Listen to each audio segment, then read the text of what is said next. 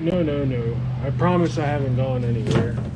Weather has just been terrible. As you can see right now, it is extremely windy. So painting and sanding and painting the Cutlass really isn't an option right now. So what I think I'll do is the old headlights to the Camaro, I'm going to do a little experiment on with some 400 grit and some clear coat. But what I think I'll do instead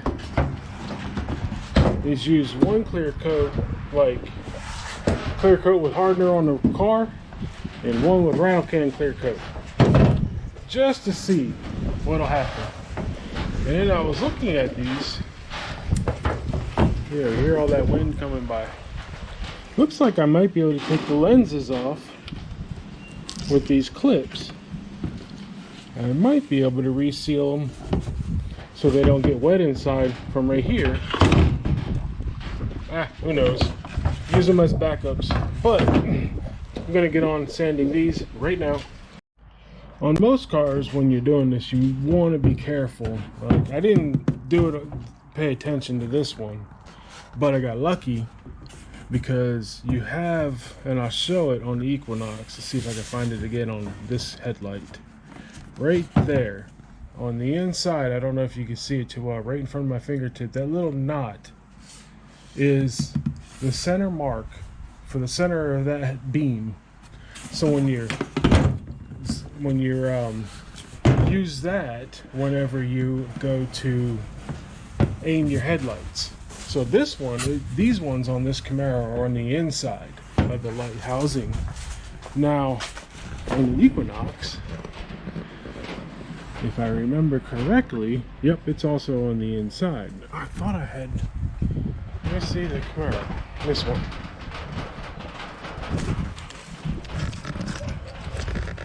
Yep, well, it's a circle, but it's also on the inside. I thought it was on the outside. It's also got it for the high beams too. So those are just some things you want to look out for. Make sure if it is on the outside of the headlight, but obviously it's not. And glass ones we don't have. So you want to look out for those and make sure you don't accidentally sand them away if they exist on the outside of the plastic. Oh, and I'm using 400 grit. The only reason I'm really in the mood for sanding anything is I just got done sanding an airplane. And I figured, you know what? Might as well come out here and sand this a little bit.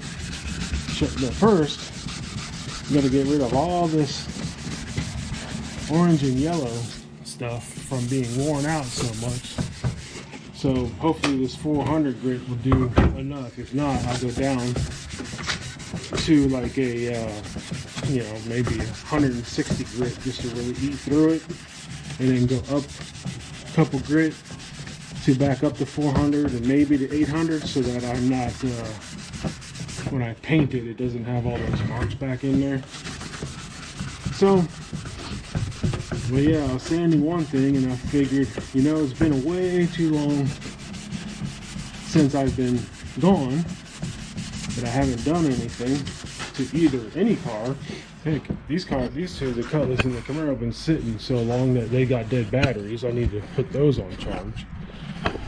So, let me get back in the frame right there. So, get these sanded up and looking decent. Maybe it will be a, because I gotta do the Equinoxes, it's getting yellow again. Or not yellow, but faded. These are just yellow because they're from 1998. So they've been compounded, they've been waxed, they've been stripped down to nothing and waxed again. So there's not really any wax on there. Oh, look at that. Daddy Longlegs died in there and got himself stuck. So hopefully we can take the lens off. Maybe we get his corpse out of there. So maybe this, if this works well, and the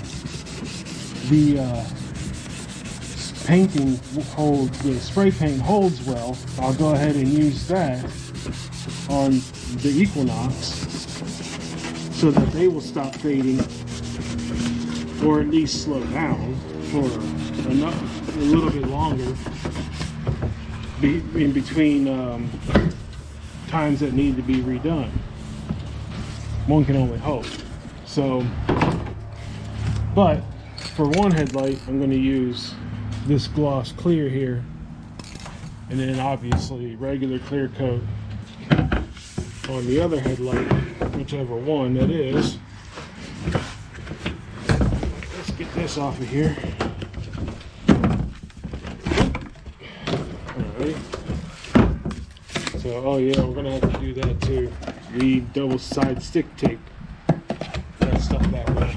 So I'm gonna sand this, and then I'll do this one in high speed time, and then we'll be moving on.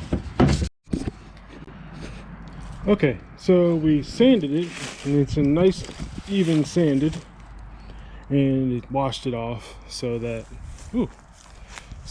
it cleaned up a little bit. I'm not going to worry too much about the whole removing the grease, finger, you know, stuff like that. When I go to do my actual headlights on my wife's Equinox, then I'll go through the whole process of cleaning the headlights, cleaning them, stripping them of any wax and stuff like that that might have been on them. See, they're getting faded. When I go to do those, I'll go through the whole process of cleaning them and stripping them of wax, sanding it down properly, and then, you know, cleaning it up, washing it, and then stripping of, you know, when it's washed, then going ahead and taking an alcohol, or not alcohol, but the yeah, I'm drawing a brain fart here, but anyway, getting the fingerprints and everything off of there properly, but also taking the headlights off to do this. But so I'm gonna go ahead and spray one coat on this real quick, and then hold on. Before I forget, also, this isn't exactly the optimum temperatures that that this is supposed to be applied.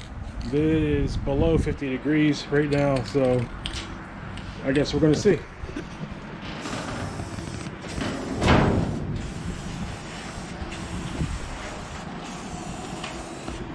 And that wind is making it not so easy. Wow, okay, that really looks nice. You could definitely tell the prep work wasn't done properly, but we all know that right now. I should have put that coat on thinner. Yep, should have, definitely.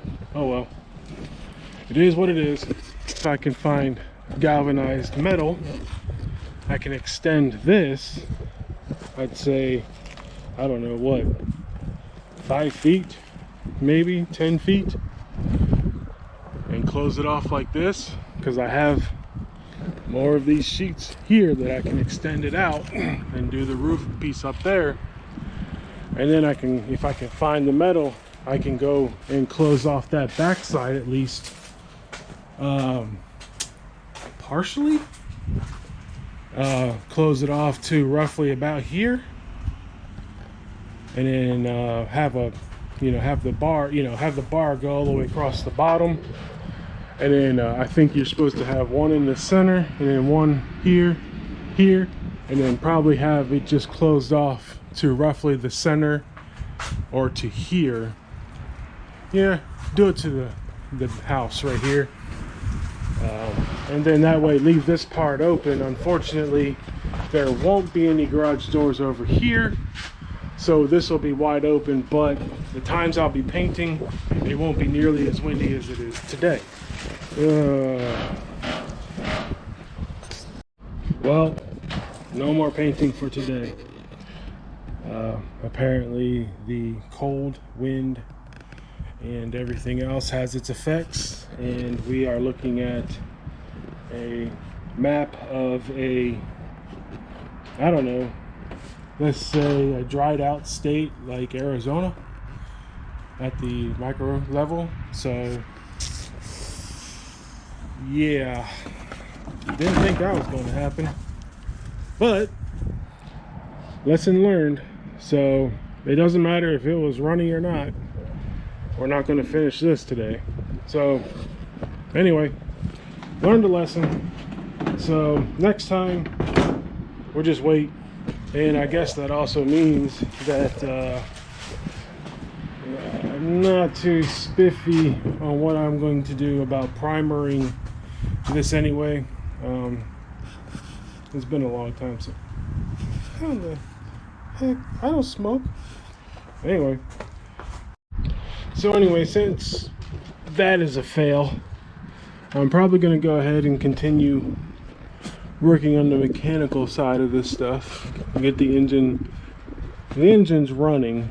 I'm going to go ahead and charge the battery tomorrow, get it running and moving again under its own power. Tires still have air pressure, and then consider and think about, when it comes to painting, taking the engine and stuff out and painting the whole inside of the engine bay so that I can get to the frame rails and everything else.